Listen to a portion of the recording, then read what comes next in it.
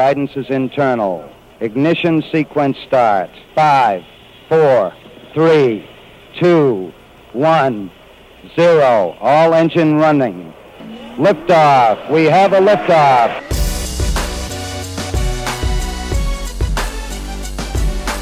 Permission to board. Permission to come aboard. Permission to board. Permission to bring me aboard. Permission to come aboard. Welcome to the Permission Granted podcast. Here's DA. All right, welcome inside Permission Granted podcast number 31, everybody. A special March Madness edition, full bracketology breakdown coming up here shortly. A little reminder, this is all off-the-air content that we got going on, kind of cutting room floor of the mothership, so hopefully you enjoy that. And it's available each and every week by going to our normal podcast areas where we post full shows. And that would be iTunes and SoundCloud. Simply search The DA Show, CBS Sports, and you'll find it. I always tweet them out as well. DA on CBS is my Twitter handle. On Facebook, the Facebook show page that we always post the links to is facebook.com/The DA Show. When you go there, like the show page, we'll get your timeline popping. So coming up a little bit later on, Mraz is going to join me here on the show. Yesterday was a debacle from a flag football standpoint. We are playing in his flag football league. He's been the kind of general manager / coach / player coach. And there's 5 of us from CBS Sports Radio playing. Myself and Mraz, and then 3 guys that are kind of off-the-air producers. So yesterday we got mollywopped, just absolutely crushed. And that was our preseason game. So we'll have him on to talk about what a disgrace he is in building a flag football team and what a disgrace we all were on the football field. But first, I want to do full bracketology breakdown, okay? And one of my good friends from Syracuse, a guy that I went to Cuse with, and now he is the voice of Winthrop basketball. He watches more college hoops than anybody I know. He always has really great insight. He loves filling out the brackets and playing all these types of kind of March Madness games. Usually does it for a little bit of scratch, a little bit of coin. He has his betting odds down as well, so I thought he was a great guy to talk to for a full breakdown of the brackets and what ended up happening yesterday on Selection Sunday, kind of get you ready to fill out your own brackets as well. My good friend Dave Friedman joins us here on the Permission Granted podcast. Dave, how are you, my man? I'm great, Damon. Best time of year. There's no question, man. This was one of those really interesting college basketball seasons just to start, just simply because it was Kentucky and then everybody else. So we'll start with Kentucky. What do you think, first of all, it would take to knock off Kentucky? No matter who it was, what would it take? Well, I think there are 2 ways you can go at Kentucky. We know that the Wildcats are, if not the best defensive team, one of the best defensive teams in the country. The best game I saw anyone play against Kentucky this year was that early season game against in-state rival Louisville. And Louisville didn't have enough offense to win the game, but they matched them minute for minute on the defensive end of the floor and kept the game very close for a long period of time. So I think the first way to possibly beat them is by matching them defensively, playing a very low-scoring game, trying to win in the final several minutes. A team like Wisconsin or Virginia or someone who plays kind of that style. Then the other scenario would be a team that just shoots the daylights out of it, someone that's peppering Kentucky with threes. Remember Billy Donovan's old adage, the best way for an upset in the NCAA tournament is the three-point shot. The way Notre Dame played in the ACC tournament, that could be a model too. If you just have guys shooting from everywhere on the floor and knocking them down, that really negates the presence of those 2 bigs in the middle. So, to me, I mean, if we just put this into historical context, this is already one of the most impressive seasons of all time. And I know that UNLV went undefeated up until the national championship game, but ended up losing to Duke. But they came out of, the Big West Conference. You had Wichita State obviously going undefeated to this point, but obviously not in the SEC. I know the SEC was down, but just having gotten this far in a power conference undefeated, this is one of the great seasons of all time already, right? Well, there's no question what they've accomplished is incredible, but the SEC is not very good. In fact, I would suggest the SEC is actually very bad. I don't like anyone in that league outside of Kentucky. But that being said, it doesn't take away from what Kentucky did in the non-conference. They beat good teams and they beat them soundly. And at their best, they're by a long margin the best team in this tournament and probably the best team we've seen in a decade. So yeah, they're historically great and they probably should win the tournament, but we've seen John Calipari with teams that should win the tournament before not win it. Oh, so we're questioning Calipari's game management and day-to-day coaching right now, huh? I thought it was really interesting after they beat Auburn in the semifinals of the SEC tournament, what Bruce Pearl said. And Bruce has won everywhere he's gone, even though the NCAA chased him away from Tennessee, and Calipari has seen kind of similar things happen. He said that John is a much better coach now than he was 10 years ago, and I think that's true. He's not bad X's and O's. He's not bad in-game management, but he's also not elite, and you wonder if it's a close game late, if freshman talent that hasn't been in the wars before will get it done against maybe a more veteran team and a veteran coach. All right, so let's look at the bracket right now with Kentucky. They'll whitewash Manhattan or Hampton in the first game. I can't see them getting a game versus either Cincinnati or Purdue. It does bring up that next, the Sweet 16, where they could face Maryland, they could face West Virginia. West Virginia could defensively slow them down. They can knock you around. They can get physical. I don't know if they've got the offense to keep up with Kentucky. Do you think that the Wildcats would be provided any type of resistance to the Sweet 16? I love Melo Trimble, the freshman guard for Maryland, and the senior for Maryland, Des Wells, since he's come back from injury, has been really, really good. But Maryland's bigs, they're simply not good. I mean, in fact, they're a long way from good. And their best lineup is not the lineup where Jake Layman has to play the 3. They're better with Layman at the 4. And against Kentucky trying to match up, you probably have to play those 3 big bodies with Smotrich and Dodd and Layman. So I think Kentucky beats West Virginia or Maryland. I'd like to see Maryland in there, though, because I think Trimble is a really, really fun freshman to watch. If he comes back to Maryland with the recruiting class they have next year, I think they're going to be a very good team. So bottom side of the Midwest, you've got the 2 seed is Kansas, the 3 seed is Notre Dame. You mentioned Notre Dame's 3-point shooting. Maybe an opportunity to knock off Kentucky. I don't like Kansas this year. I know they've fought. They've had some impressive wins. Bill Self always gets himself a 2 or a 3 seed, what have you. But to me, there's been too many rocky moments of this team. I know a lot of Kansas fans believe this is the least talented Jayhawks team that Self has ever had, which is weird because they've had multiple McDonald's All-Americans, and they're a 2 seed. But what do you think? Can Kansas or Notre Dame give Kentucky a run in the Elite Eight then? Well, let's start with Kansas. I think they've got a couple of big question marks. Perry Ellis didn't look healthy during the Big 12 tournament, and if he's not at 100%, that's a huge problem. Cliff Alexander was suspended. I'm not sure what his status is going to be. So let's go ahead and put out on the table. If those guys aren't around, I don't think there's much of a chance at all, even though I did think the Big 12 was really, really good this year, and Kansas won a lot of close games in that league. As for Notre Dame, it's almost impossible to have confidence in Mike Bray in the NCAA tournament. His record stinks. His teams tend to underachieve. It feels like that they had their big accomplishment for the year in the ACC tournament. I don't think it's impossible a team like Wichita State could come out of that bottom 8 there. And Wichita is not as good as they were last year, but they sure play that style, that tight, defensive-minded, attack-the-glass style that would be really competitive. But no, to answer your question, Kentucky is better than every other team in that bracket, and it's really not all that close. I want to ask you about Wichita State and how they seeded this, because the Shockers are better than a 7 seed, and it feels like the committee bent over backwards just to make sure there was the potential of a Kansas-Wichita State second-round matchup, because the Jayhawks and Bill Self refused to play Wichita State. They're in-state.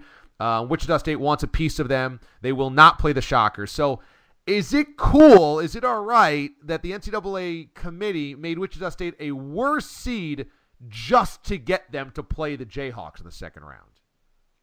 The NCAA tends to do creative things like that. They love those sort of matchups. And I'm pretty close with Greg Marshall. He coached at Winthrop, and there's no doubt that they believe they got an unjust seed. That being said, Kansas is a team that Wichita has been unable to schedule and would just relish an opportunity to play against the Jayhawks. I thought a couple of the mid-major conferences, Damon, the Missouri Valley being one and the Atlantic 10 being another, both really got no credit from the selection committee. I thought those two conferences were pretty good this year. I'm sure we'll talk later about Northern Iowa. And I understand that Wichita and Northern Iowa were at one level and everyone else in the Missouri Valley was at another. But those teams aren't 5 or 6 or 7 or 8 seeds. Those are two of the top 15 or 20 teams in the country. So what do you think? I don't know if you've spoken to Greg Marshall since the selection, since the seedings have come out, the brackets, but do you think he's okay being a 7, even though they're much deserving of much better, maybe a 4, maybe a 5, that they're more deserving of that, but they're okay with this because they get a crack at Kansas in the second round? I haven't talked to Greg, but I got a buck that says he doesn't have time to complain. He's watching film of Indiana. Okay. All right. So the other side of that bracket is Texas, and they get in as an 11 seed. Texas had all this talent all season long. They can never put it together. You've got to question Rick Barnes and his inability to get it to play together. Do you believe that Texas should have been in this tournament? They're in 11. I'm never overly concerned about the difference between 64 and 69. If you can't become one of the top 68 teams in the country, and I love Fran Dunphy, and I would like to see Temple in the tournament, but you just didn't do enough when you had the opportunity. Whether or not Texas should be in is less of a concern to me about whether Texas is going to win a game or two, and I think it's highly possible. They're better than Butler. They just have better players. Butler can't get guys like Isaiah Taylor and Turner, and I think they're more athletic and more talented. Now, I love Chris Holtman, the coach at Butler, used to be at Gardner-Webb in Winthrop's league. I think he does a really nice job, but he got that job very late. And I think Texas is better than them. And if Texas goes on to play Notre Dame, that's exactly the type of team that Notre Dame struggles with. Those really athletic teams. Mike Bray has lost to those teams consistently in the Big Dance.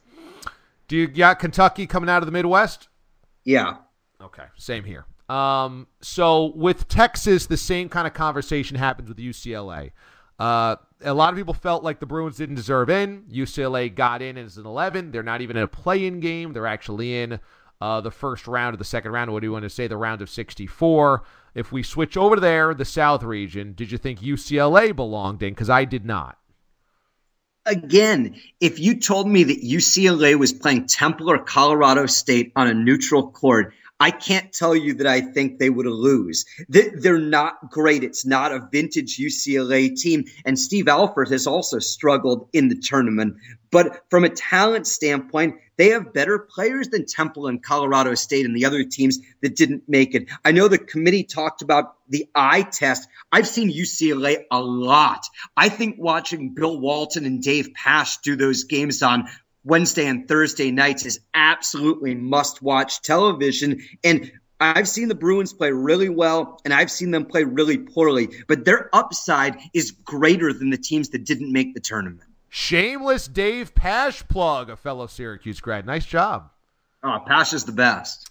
Okay, so I didn't like UCLA getting in. I realized Murray State wasn't one of the last 4 out, or first 4 out, rather, that they really didn't get a lot of love. I think they're a 3 seed in the NIT. But it broke my heart to see Murray State not get into the NCAA tournament. I guess it was predictable. Are you okay with that? I would have preferred to see Murray State in because I watch teams like Murray State 2 or 3 or 4 or 5 times a week. When Winthrop beat Notre Dame in the NCAA tournament several years ago, they went undefeated during the regular season in their league. They hosted the conference tournament. They won the championship game against an inferior opponent by 3 points. They were 27-5 at that point. And if they had lost the championship game, I think they would have missed the tournament. That was a team that was good enough to go to the round of 32. Quite frankly, it was a team good enough to go to the Sweet 16. So I've got a real soft spot for Murray State. The analytics and the numbers say they weren't good enough out of conference. Their conference wasn't very strong. But do I think they would have just as good an opportunity to win a game in the tournament than Boise State or UCLA? Yeah, they probably would. If the tournament is about Cinderellas and the tournament is about the fans, then yeah, I mean, who wouldn't like to see Murray State? But we both know, Damon, as much fun as the NCAA tournament is, it's about TV ratings and money, and Texas and UCLA are going to bring that. Fair point. All right, so if we look at the South, Duke is the 1 seed there, and then San Diego State St. John's is a really interesting 8-9. St. John's started off the season so well. They kind of cratered during the Big East season, did not show well in the Big East tournament, but they're a 9 seed and take on Steve Fisher's San Diego State team that plays lockdown defense. If San Diego State moves on, I feel like the Aztecs can give Duke a run in the round of 32. What do you think about that 8-9? What do you think about the winner taking on Duke? I can't stand either of those teams. I've watched St. John's and San Diego State both play a bunch of times this year. I'll be at that game in Charlotte. I just didn't think the Mountain West was very good this year. And congratulations to Larry Shiat, who's incredibly underrated at Wyoming. It's great to see the Cowboys back in the big dance. I thought San Diego State was the best team in that league, but they're offensively challenged, to say the least. They play a St. John's team who is without my favorite player on the team, their starting center, who has no offensive game but's a rim defender. San Diego State has more offense than St. John's. I don't think either of those teams have a prayer of playing with Duke. Now, could you please shed some light on why St. John's has been so unable to win consistently? I know that Steve Lavin brought in a really good recruiting class. I guess it's now 4 years ago because some of those guys are in the NBA. Some of those guys are seniors right now. But even before him, the coaches since Fran Fraschilla left have been unable to get that team in the NCAA tournament on a regular basis, despite being located in New York City and playing their games at Madison Square Garden. Go figure. Why can't St. John's ever seemingly put it together, including this year, where they started off really, really well? I think they were ranked at one point in December and then totally fell off. Well, I mean, New York City is a great place to recruit. We both know that. But they don't play all their games at Madison Square Garden. They've got a rinky-dink arena in Jamaica. And I'm not so sure that's as easy a job as we think it is. Chris Mullen these days is going to go to Kentucky or Duke or North Carolina or UCLA. Luke Carnesecca is not walking back in the door. I'm not sure how good their facilities are these days. It's a job where there's a lot of talent, but it's hard to win. It reminds me a lot of like DePaul. So on the bottom side of that, you've got the 5-12 in Utah, Stephen F. Austin, and then the 4-13 Georgetown, Eastern Washington, where Georgetown has always been an easy kind of mark for the mid-majors, low majors, when they've had that high ranking, that low seeding. Is this the first round matchup or the round of 64 matchup where the Hoyas get knocked off by Eastern Washington? It smells that way, doesn't it? It's certainly really possible. I thought Georgetown was overseeded. I don't love the conference they played in this year. We talked about Butler a little bit earlier. I thought those teams were all kind of good, not great. Eastern Washington has a kid named Tyler Harvey, who's one of the nation's leading scorers at 23 a game. It'll be a contrast in styles, and Georgetown is probably bigger and tougher, but Eastern Washington's going to have the fans there in Portland. It's a dangerous game, and like you said, the history says that Georgetown is vulnerable. SMU, UCLA. I like SMU. I like Larry Brown's ponies coming out of that game, although, as you mentioned, UCLA has better talent or better players than a lot of teams on that side of the bracket. But then they run into whoever is going to win that game runs into Iowa State, the 3 seed, and then under that is Gonzaga at the 2 seed. I like the Zags in the first round. I'm a little scared about them against Iowa or Davidson, specifically Davidson. I wonder about Gonzaga getting a game. Let's start there. Do you think the Zags, if Davidson moves on, can get knocked off by the Wildcats. I love Bob McKillop.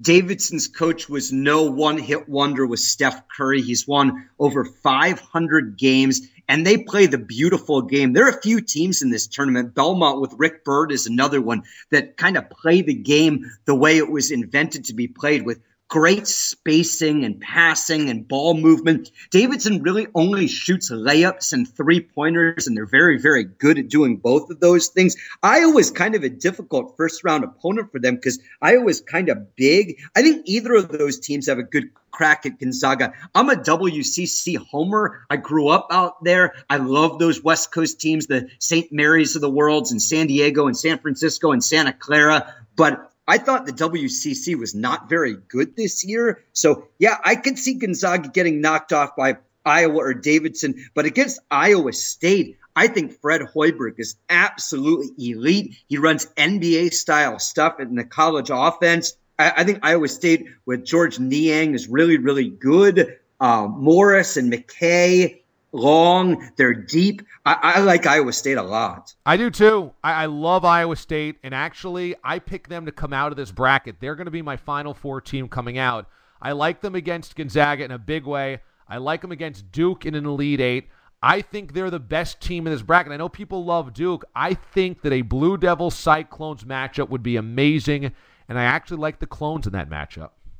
Yeah, I don't disagree. I think Iowa State and Duke are the two best teams in that region. I thought Duke had the best draw into the Elite Eight. I'm not a fan of the other 7, or I guess it's 8 teams because of the play-in game that are in them with that sub-regional there. So I think Duke's going to be in the Elite Eight, and the bottom is tougher. Iowa, Iowa State, Davidson, Gonzaga, those are all quality teams. SMU and UCLA both have qualities going for them that are worthwhile. SMU with a coach and UCLA with some talent. But, I think Iowa State probably and Duke are the two best teams, and that's a toss-up sort of game. All right, so who do you like coming out of the South? I got the Cyclones. I would probably take Duke because you've got Jahlil Okafor, and he's awfully tough to handle. Okay, in the West, Wisconsin was the 1, and there was some debate that had Kentucky been the 1 in the Midwest, Wisconsin could have been the 2 in the Midwest because of the pod. Wisconsin got a 1, and that really helps out Kentucky getting to the Final Four because, as you mentioned earlier, and it seems like most of the nation believes this, the one team that's probably the scariest matchup for the Wildcats would be the Badgers, and they wouldn't match up in their own region. Yeah, I mean, you're 100% right. If Wisconsin was not a 1 seed, if they had not won the Big Ten tournament in overtime there, they would have been the 2 in Kentucky's bracket. They would have been the highest rated number 2 seed, and they would have gotten to go where they wanted via region, and they would have played in that same bracket as Kentucky, and that could have created an absolutely monster regional final in Cleveland. But it didn't happen. And that means Wisconsin and Arizona are out in that same bracket. And you're right. Wisconsin has kind of all of the pieces to make a big run. But Arizona might be playing as well as any team outside of Kentucky in the country right now. The 2 top seeds in that region are very, very good. And if you watch North Carolina play down the stretch, on any given day, they can be just as good as anyone else, too. Yeah, I love Arizona, and I don't think they're going to have much problems. You know, VCU is a weird matchup for anybody because of Havoc, because of Shaka Smart, because of their tournament experience. But I like Arizona's the 2-15. They would take on the winner of VCU Ohio State. I still think even if VCU moves on, Arizona wins that game. I like Zona. I think Zona Baylor could end up being one of the best matchups, one of the best games we would have, which would happen in the Sweet 16. Because Baylor's the 3, they would probably beat Georgia State, then take on winner of Xavier or Ole Miss BYU. A Baylor-Arizona matchup, would that not be one of the best matchups of the tournament? I'm not a Baylor guy, Damon. I don't like Scott Drew. I think they were one of several teams in that league that were good but not dominating by any stretch of the imagination. Let me throw something at you here. And I'm not telling you this is going to happen, but I'd take the points. Their first-round opponent, Georgia State, didn't look great on Sunday, beating Georgia Southern 39-36 to win the Sun Belt Championship. But Georgia State played without a 19-point-a-game score in that game. They've got 3 big-time Division I players in Ryan Harrow and R.J. Hunter and the former Louisville reserve Kevin Ware, who had that horrible injury during the NCAA tournament. Georgia State is sneaky talented. Again, I don't think they're going to win, but they'll have just as many fans in Jacksonville as Baylor will be. And I think that could be a surprisingly interesting game. And you know who has that call? A certain Andrew Catalon has that call. And he's used to being in Jacksonville. I know. I was going to say one of our friends from Syracuse, Andrew Catalon, is going to be calling it for CBS. And he did all those Jaguars games this season. So he knows the downtown of Jacksonville and his way to the arena and stadium very well. Yeah, he's the voice of the Jaguars. That's right. De facto voice of the Jaguars. So I'm glad you brought up that 39-36 game. There's been a lot of talk this year about the pace and about the offense and offensive efficiency of college basketball. Do you think they need to squeeze down the shot clock to 30 seconds? I don't know that it's really going to matter. Like, yes, that's going to create a couple of extra possessions, but we didn't see scoring go up dramatically when the shot clock went from 45 seconds to 35 seconds. So I think teams are going to continue to run whatever their offense is. I think the bigger problem is all of the bump the cutter stuff. If you allow defensive players to be really physical and you don't call fouls, it continues to be kind of a muck it up New York Knicks style game of 20 years ago. And that creates low scoring, kind of ugly basketball. So in that vein, what's going to be the solution there? Is it a different type of officiating? Is it going to have to be, I guess that would be the only way. Damon, at the beginning of last year, the NCAA said, we are going to officiate the game differently. Here's how dramatically it happened. In every college basketball game, there's a point spread and there's an over-under. After 2 or 3 days of last year's college basketball season, Vegas took down the over-under on all games for over a week because scoring was up so dramatically because how tightly the officials were calling it. Well, as typically happens, they kind of relaxed the way they called the game, and come conference season, it was back to status quo. Coaches complained, media complained, players complained. They weren't exactly sure what the rules were. There were too many free throws being shot. So this year, they changed the rules back to how they were 3, 4, 5 years ago. And here we are back to having lower scoring games. The referees do a great job running the game the way they're told to. But if they're not told to call the game tightly, then you're going to continue to allow all that roughhousing, which just slows the game down.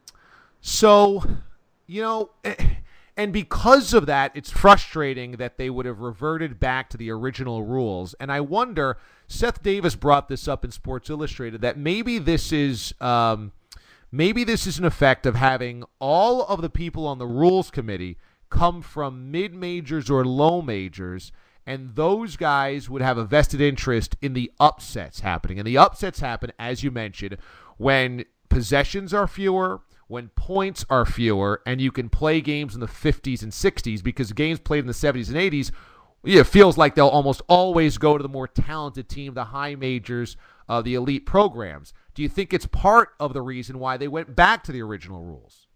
That might be a small part of it, but I think it's a copycat society, and you look at what's working and teams go to that. How many teams are playing a pack line defense right now? It worked for Wisconsin under Dick Bennett. It worked at Washington State for Tony Bennett. It looks great at Virginia for Tony Bennett. Now Sean Miller plays that at Arizona, and a huge portion of the country has gone to it. That's a lower possession, slower tempo defense. And when everyone is seeing success playing defense and slowing the game down, everyone follows that trend.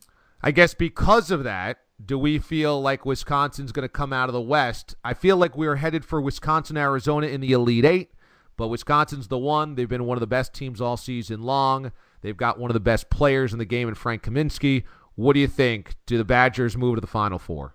I think that's the game of the tournament. It's the game I'm most looking forward to. I think those are 2 of the 3 teams that have the best opportunity to beat Kentucky And I like Arizona a little bit. They are so deep. They have 6 guys that average 9 points or more. They have post players. They have guys that can shoot it. I don't know how great the Pac-12 was this year, but boy, down the stretch, every time you turned on Arizona, it was Walden talking about going to Grateful Dead concerts because it was a 20-point game. I agree. I love the Wildcats, and I also think Sean Miller is the best coach in America we never talk about. Yeah, I completely agree. He does a great job. He did a great job kind of in every step along the way. But that team, I mean, that is talented. Johnson and Ashley, Hollis Jefferson, McConnell, Caleb Karczewski, Gabe York. I really, really like Arizona. And remember, they have some of the best fans in the country. LA is basically going to be Tucson for that regional final. Ooh, all right. So you're leaning towards Arizona in the Arizona-Wisconsin Elite Eight. I am. I like Arizona a lot, but that's not to take anything away from Wisconsin. I think they're great too. It's really too bad from if you want Kentucky to lose standpoint that Kentucky's not in that same bracket with Wisconsin, and then you had Arizona with maybe an easier path, and then we might see Kentucky, Wisconsin followed by Kentucky, Arizona. Yeah. I agree. My gut says Arizona against Wisconsin. My head says Wisconsin, so I'll lean Badgers there. And that takes us to the East, where Villanova is the one. You mentioned the Big East before. I got to go and take in the Big East tournament. Look, Villanova's a really good basketball team, and the Big East had some good teams. But I agree with you. There weren't great teams there. I'm very skeptical on Villanova being a 1 seed.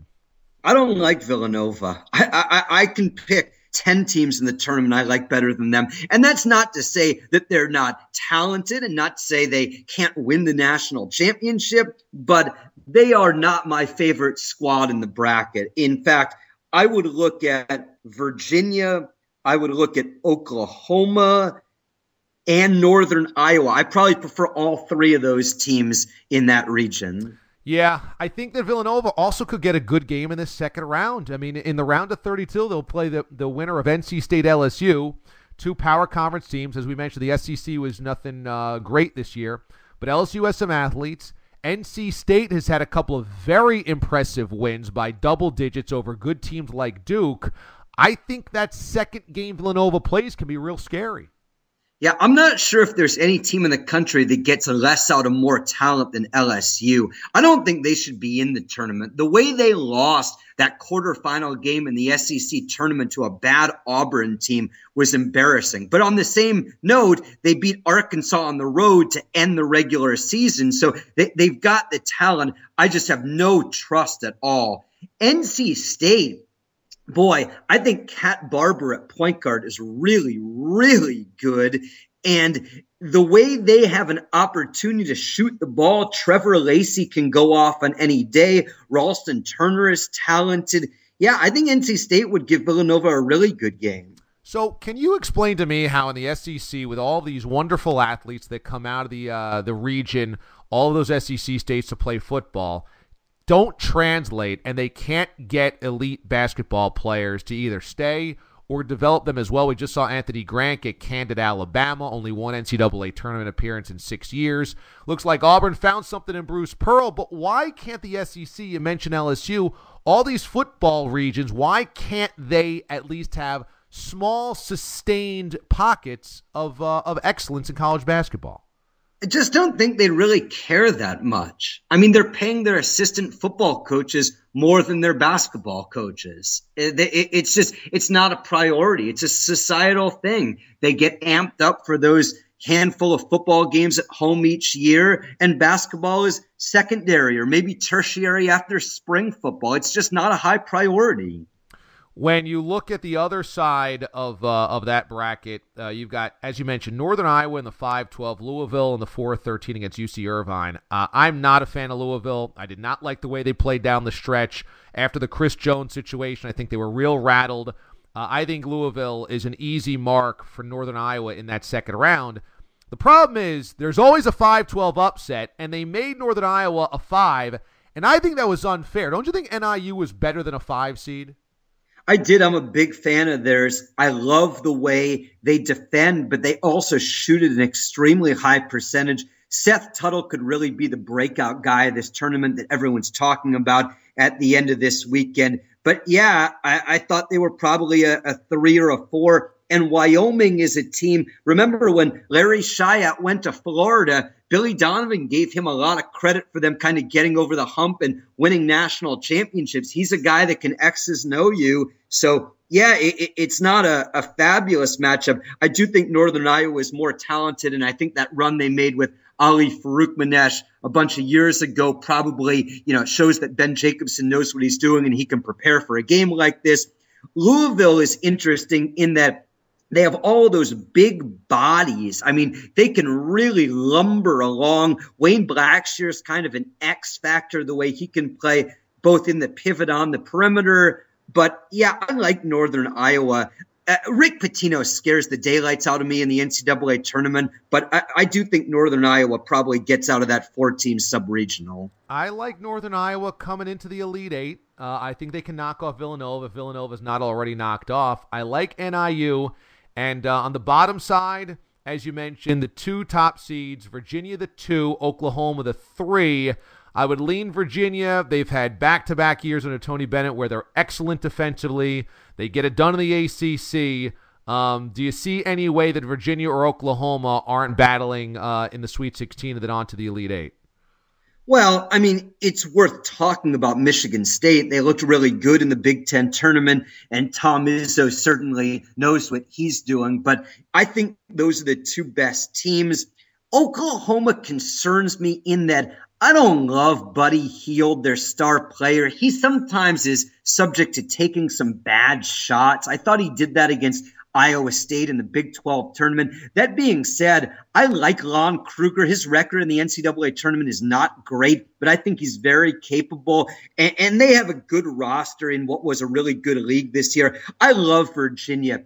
I think if Anderson comes back, and he didn't look very good in the ACC tournament, I'm kind of hoping that they have 2 relatively easy games in the first round, and that's another week for Justin Anderson to heal. And remember, when he was healthy, they were one of the 2 best teams in the country. Let me just say, one guy, and I don't know if it's an entire team I would keep an eye on, but one player in the East that we didn't talk about of the team because they might be an early exit is Providence's Chris Dunn. I got to watch him a lot this season, got to watch him up close courtside of the Big East tournament. I absolutely love the Friars' Chris Dunn, and I think he's a difference maker. I think he's going to be a good player at the next level. And he might be my most exciting player to watch. Maybe, if not the entire tournament, certainly in the East. Well, I mean, I agree. I like him. I just think playing Dayton in Columbus, Ohio means it could be a quick tournament for Providence. Yeah. That's a horrible matchup. Dayton is A, talented, B, well coached, and C, they have a phenomenal fan base that travels, and it's a short trip. They're playing a road game. Yeah, no, I agree. I also thought they kind of screwed over Dayton a little bit. I didn't think if Dayton was going to be an 11 seed, I thought they were better. I didn't think they deserved to play in the first 4. Well, I like the A10, and the committee did not, so I agree. Let me throw one other name at you, though. Larry Nance Jr. at Wyoming is an exciting player in that region that if Wyoming picks up some steam, maybe even if they play well against Northern Iowa, Seth Tuttle and Nance going at it could be pretty fun. I agree. Why do you think that the committee didn't like the A10? I'm with you. I've liked the A10 all season long, and I thought that they acquitted themselves pretty well in their conference tournament. I don't know. I mean, it seems that this happens kind of on a regular basis. The Missouri Valley didn't get the seeding I thought they deserved. The A10 didn't get the seeding that they probably deserve. You know, all of the analytics, all of the RPI and the Sagarin and the Palm stuff tends to lean towards the major conference teams. But you look at a team like LSU, and I know they have some big wins, but they had an opportunity to play a lot of top 50 opponents, whereas the A10 teams who don't have those great power numbers don't get as many opportunities. The thing to me is I think beating a Davidson is basically akin to beating most of those teams in the SEC. I don't know that a win against Ole Miss is any better than beating Dayton. I agree. Completely agree. And so Let's look at the 5-12s here. There's always a 5-12 upset. Sometimes there's multiple upsets. We're going to give you the 5-12 matchups. You tell me the most likely upset. We've got, as we mentioned before, Northern Iowa, Wyoming. In the South, you've got Utah against Stephen F. Austin. In the West, you've got Arkansas, Wofford. In the Midwest, you've got West Virginia, Buffalo. West Virginia is going to muck it up. West Virginia can play physically. West Virginia is Bob Huggins. But, boy, I like Bobby Hurley at Buffalo. I think that's I think that would be my 5-12 upset. Who do you got? In that game, I like West Virginia because I'm kind of a Bob Huggins homer. I love the style that they play. He's been there and done that. But, yeah, Buffalo is talented. I didn't think the MAC was really good this year. If I were looking at a 5-12 upset, I think the two games I would look at is Arkansas and Wofford. We just talked about how much I dislike the SEC. And Mike Young at Wofford is one of the most underappreciated coaches in the country. Took over a program there that had never done anything, and now they're in the NCAA tournament on a very regular basis. Carl Cochran is a dynamic scorer at the wing. They've got a real opportunity. And Utah and Stephen F. Austin, boy, I like Larry Kristoviak, and I thought Utah was pretty good most of the year. But Stephen F. Austin is a team that is not going to be scared after what they did in the tournament last year. So let's just rewind back to the East as well because we didn't get your pick. I'm taking Virginia out of the East for the Final Four. Who do you got? I think Virginia's going to win the national title. Oh, yeah?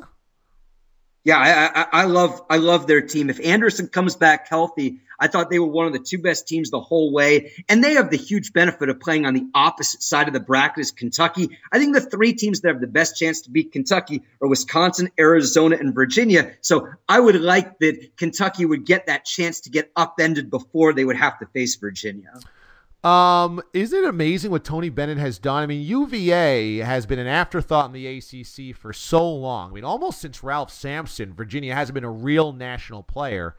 And it's almost like he arrived and the light switch flipped immediately. To me, that's one of the great coaching performances of recent memory. Him turning Virginia into a national championship power, not just an Elite Eight or a Final Four, a national championship contender in just a couple of seasons. I mean, he did the exact same thing at Washington State. That might be the hardest Power 5 team to recruit to in the country, in Pullman, Washington, on the outskirts of Spokane, in the middle of nowhere. He took a program there that never, ever wins and immediately was going to, winning NCAA tournament games. He leaves and they're right back to being terrible. The guy can coach. His father could coach. The system works.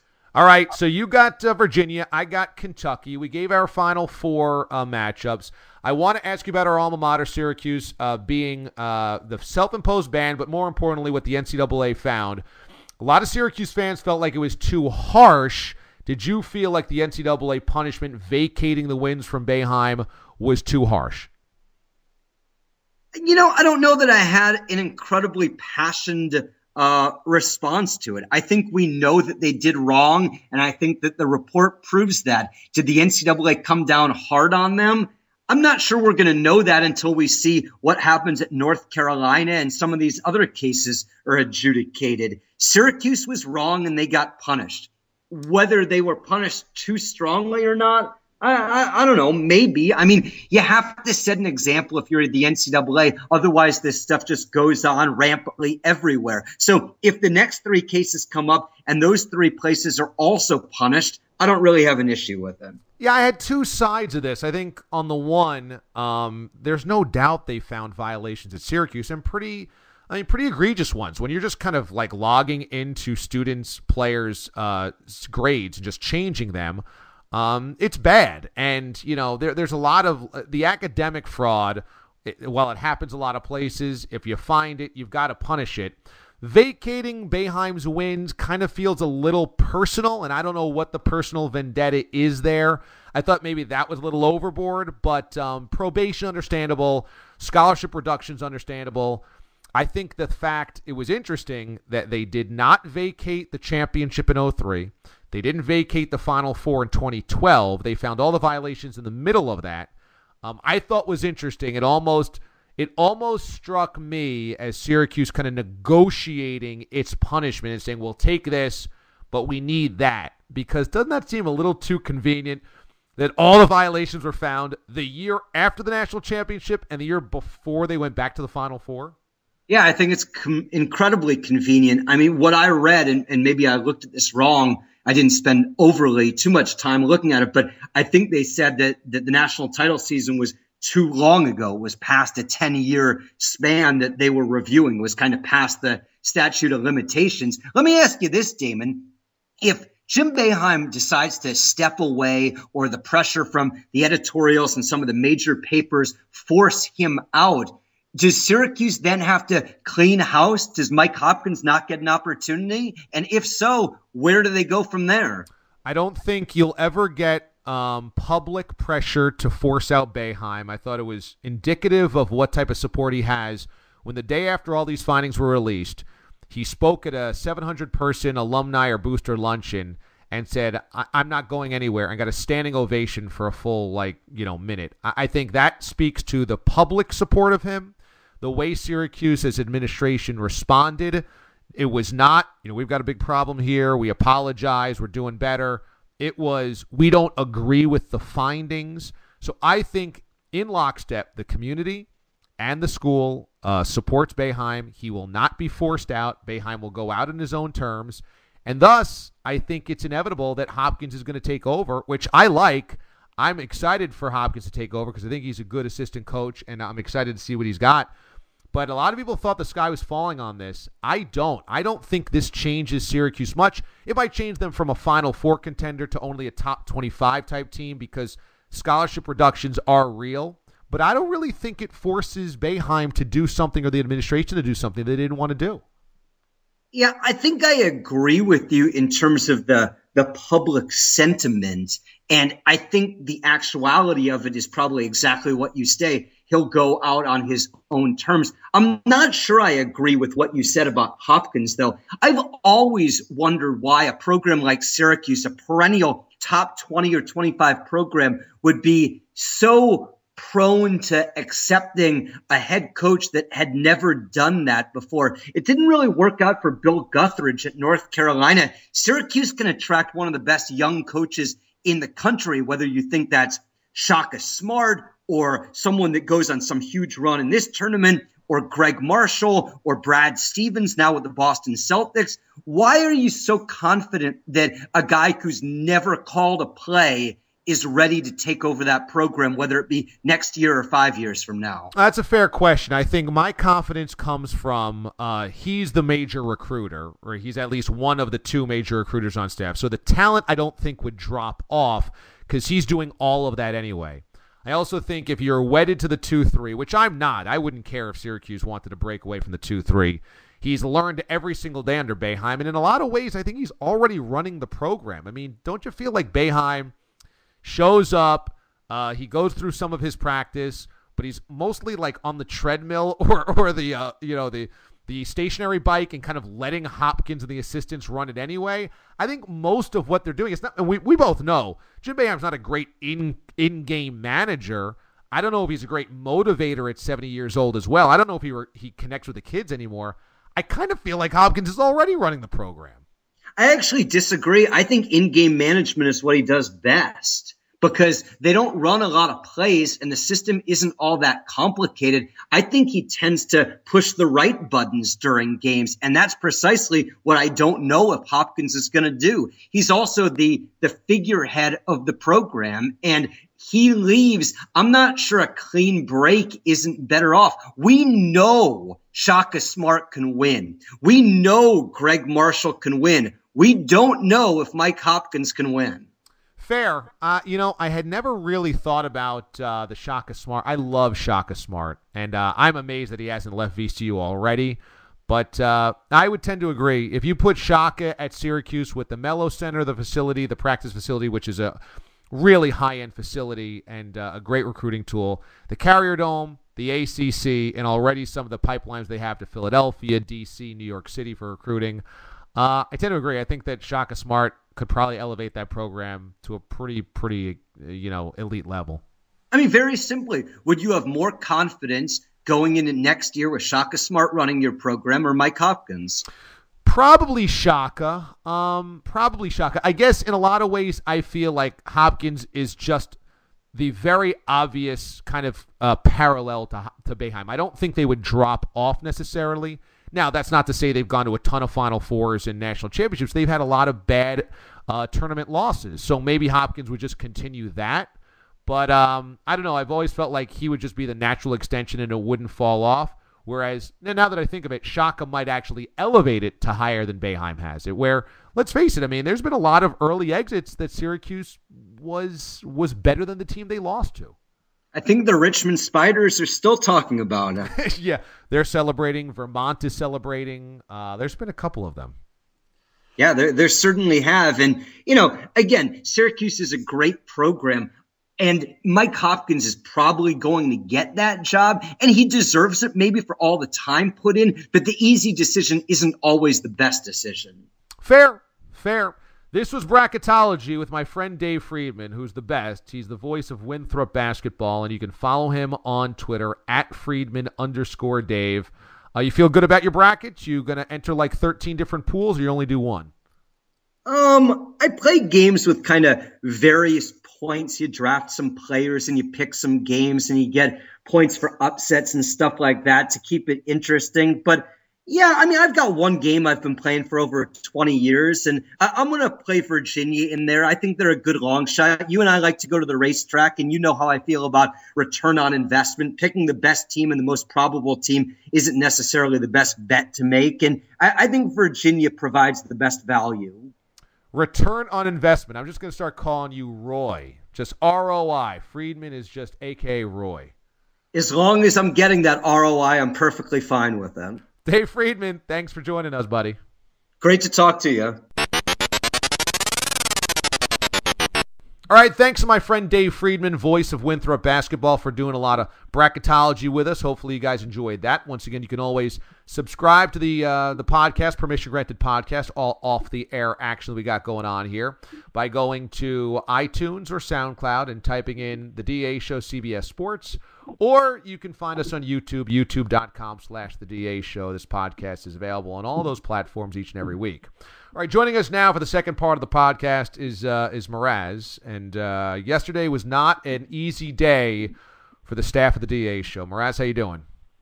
I'm feeling the wounds. I'm feeling okay, I think, but it's going to be a long week.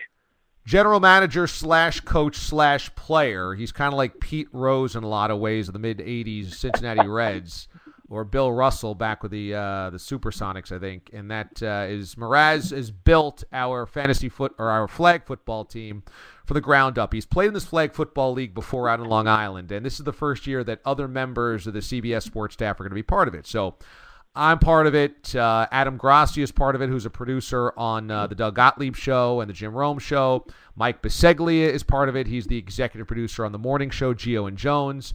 And Ike Feldman's part of it, who's a producer on Amy's show on the overnights. So you brought this band of merry men together. How did you pick the talent that you got from CBS?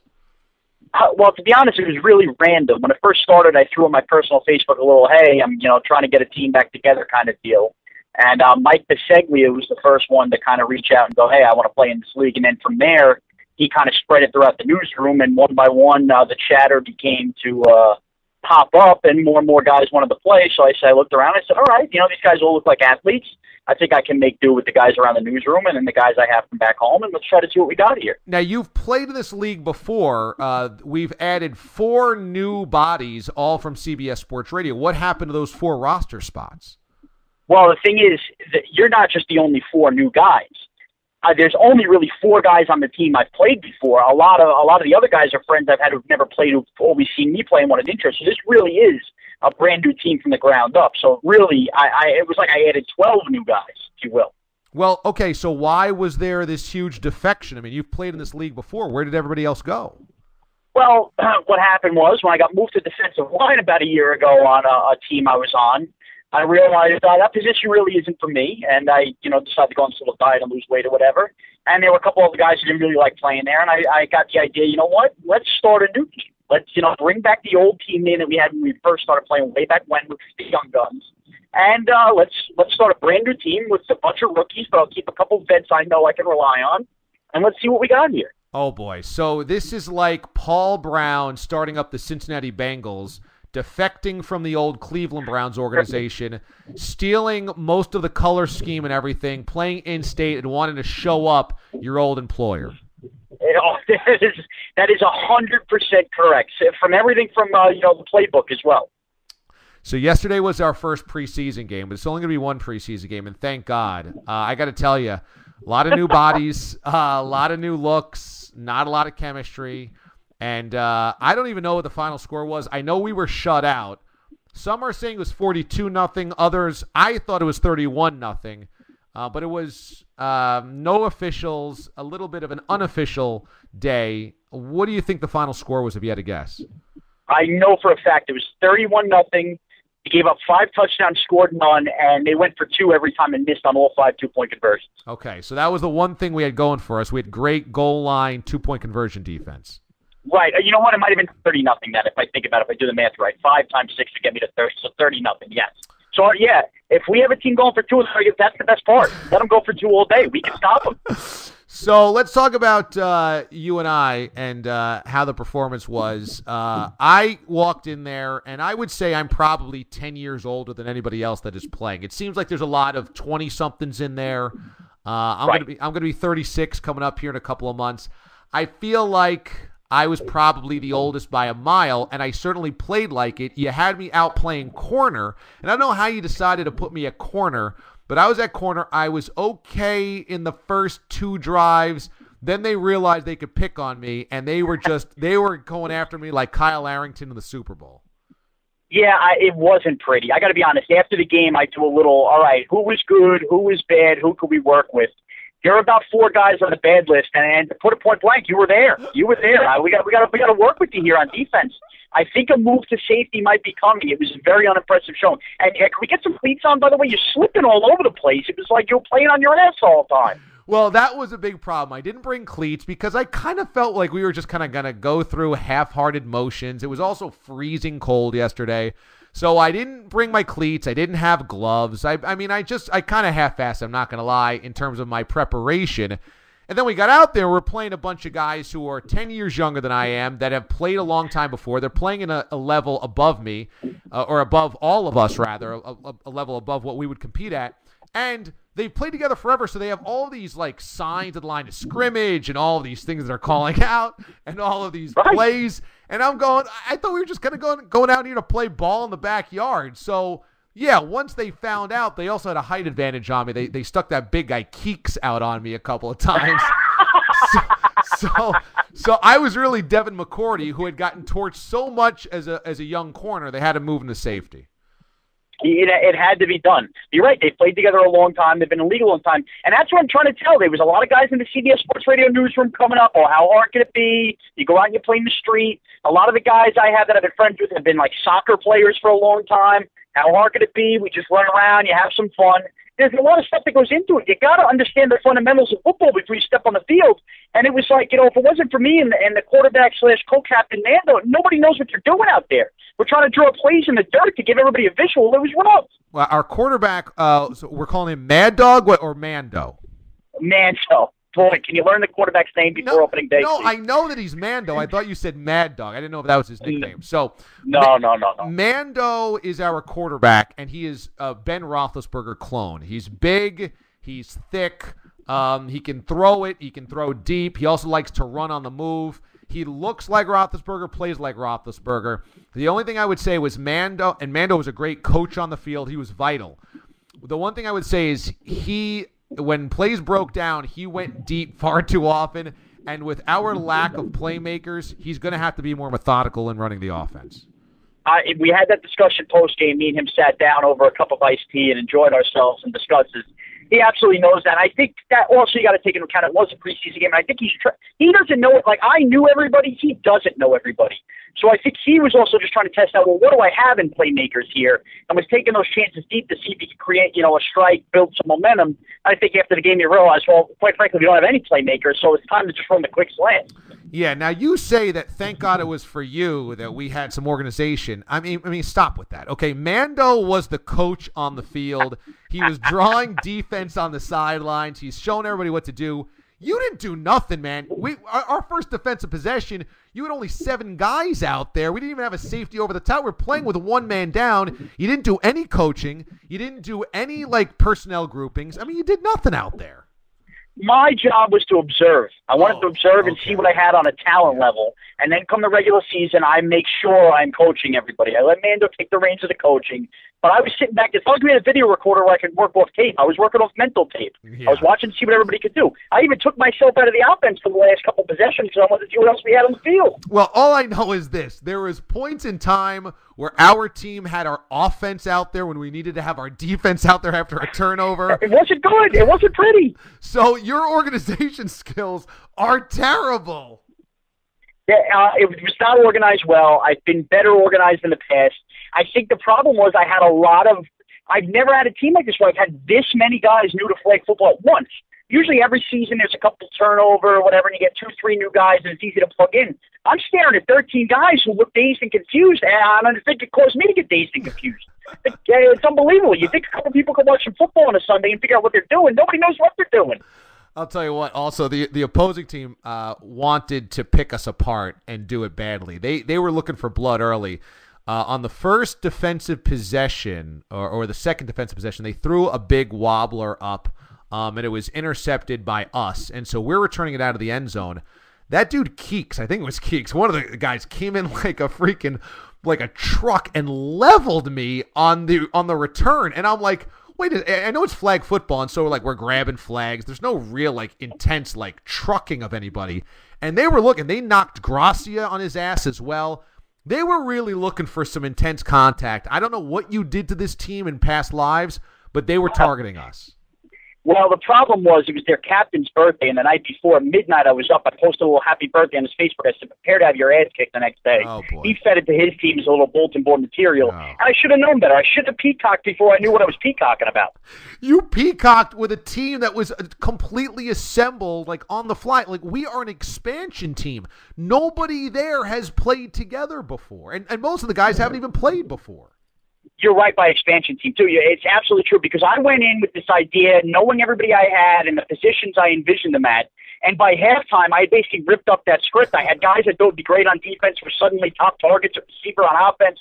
Guys I thought could play offense were suddenly playing defense and not even good at that. I really had to go back to the drawing board, and nothing worked in free agency. I would say there was a couple of Vernon Goldstons out there, too, where the draft kind of looked like a bust. Well, there's no question. Let's talk about one of those guys. And is his name Ronald? Oh, yeah. Okay. Ronald was, a guy we took off the board in the first round. Ronald was such a high draft pick. He's a great natural athlete. You said he ran marathons, right? Non-stop running marathons. He looks like an Under Armour a mannequin with Darrelle Revis' face. He looks like Darrelle Revis. He's a drop-dead ringer for Darrelle Revis. Couldn't be a nicer guy. Was talking to him before the game and during the game. Was all smiles, was all laughs, loved every minute of it, but you go out there and think that he's going to be a real playmaker, either a shutdown corner like Revis or maybe a big-time wide receiver like a Calvin Johnson. And we found out that he couldn't catch early. And then, then the big problem was later, he was so cold, he was just sitting on the sideline. He stole my jacket. I had a North Face jacket on the sideline. I come off the field. I was waiting to throw it on like butt kiss on the sideline. He had it, and he was just camped out on the sideline on Indian style, cross-legged, sitting on the field, I think talking to your sister. He looks like Revis, played like Beavis. We got nothing out of this guy. It's not good. He was sitting Indian style. When he showed up, I'm like, all right, I had played softball with him years ago, so I knew he was an athlete or whatever. No football IQ, though. Tells me, absolutely, I got to step in. I could be your number one receiver, the whole thing. We get into our first huddle. You weren't out there. Mando turns to him and goes, all right, this kid obviously looks the part. All right, tells him to go run a route. Kid runs the wrong route right out of the gate. The second play, he wants them to run an option with him. Figure, let's get him out in space, see what his speed could do. Guy had no idea what an option was. Mando looked at me and said, we got to find a place for him on defense. I can't have him out here slowing down the huddle. We got to put him out defense, and he's playing on roller skates. And then he's just sitting there Indian style with the jacket. I think the cold got to him. Not a cold weather player. You need to get him out in, the September games Not a good scene. And a lot of people, believe me, he was the one I got the most text messages about later on. A lot of Sunday chirping about what did you do here. And I love the kid. He's the nicest guy in the world. But he was back there in the secondary with me. I mean, forget about it. I'm getting picked on. Well, I'm the undersized corner on the edge of my on the end of my career. This is my last contract. He's back there. He doesn't know defenses. We're just crisscrossing. He doesn't have me over the top. I don't have him underneath. I mean, you put us on the same side of the defensive secondary. It's bad news. We're going to get torched on that side. Well, I had a conversation with him this morning. I said, listen, I'm not going to sugarcoat it. Things didn't go well yesterday. I have some faith. You're a good athlete. I put it to him this way. I go, we didn't play any special teams yesterday. I said, do you think you can handle kick and punt return duties and see if we could use your speed that way and kind of get some special teams, field position work? And he goes, absolutely, coach.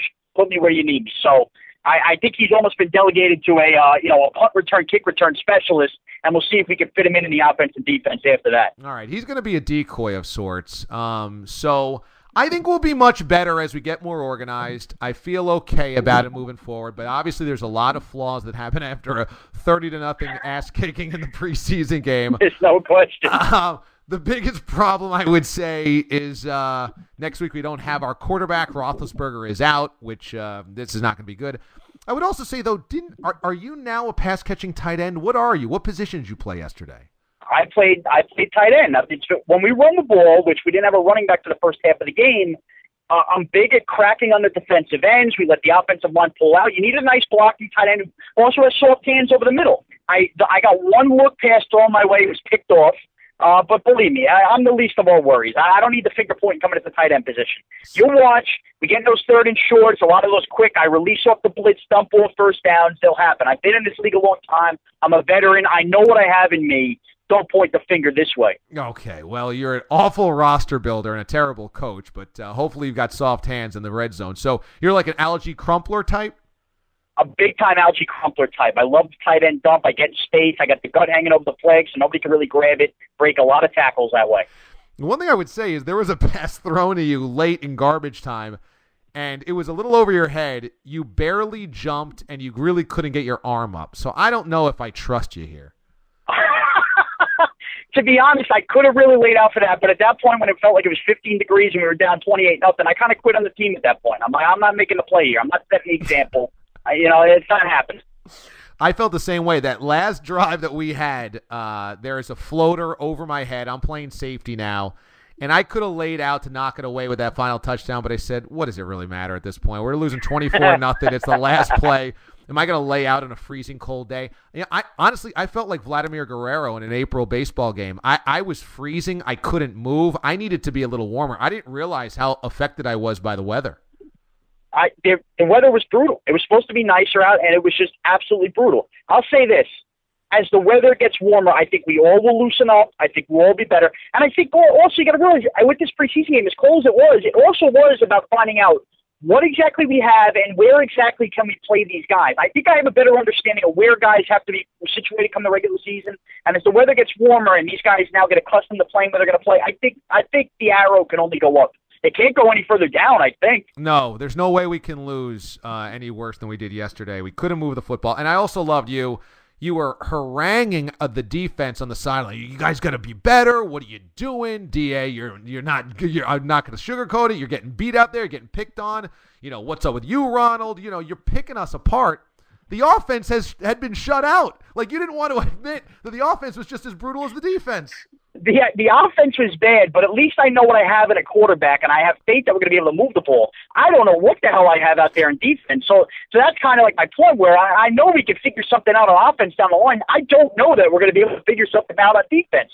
So a little tough love. I had to crack the whip a little bit. So we're like the Houston Oilers run and shoot. We can put up points, but we just don't know if we can stop anybody. 100%. 100%. That's going to be the biggest question mark going forward. And I know if I'm playing a lot of you guys in the secondary from the newsroom, it's going to be a lot of finger pointing at CBS Sports Radio for giving them 40 points at a clip. The one thing I will say is, look, I'm gonna play out there wherever you need me. I'm excited to play. I'm excited to run around. I've always loved playing backyard football and flag football, etc. But it might be possible at this point in my career, I don't have the wheels to react to what the opposing wide receiver is doing. So I might need to just be a Danny Amendola slot guy. I mean, I might just be like, I can run routes crisp. You know where I'm going to be. I've got sure hands. I'm not going to blow anybody away with my speed. But a corner might be bad. A safety, I can use my instincts. But again, my closing speed, just not good against 25-year-olds. Well, I'll say this. Your corner days are done. They lasted about one day. It's going to be safety or wide receiver going forward. And to be honest, I don't want to hear any bellyache. And when it comes for kick coverage, too, you better be flying around there on special teams, too. You're playing. That's the end of it. Those guys at the bottom of the roster, that includes you. Earn your keeps on special teams. You're going to be running out there. Look, I'm willing to do whatever it takes, Coach.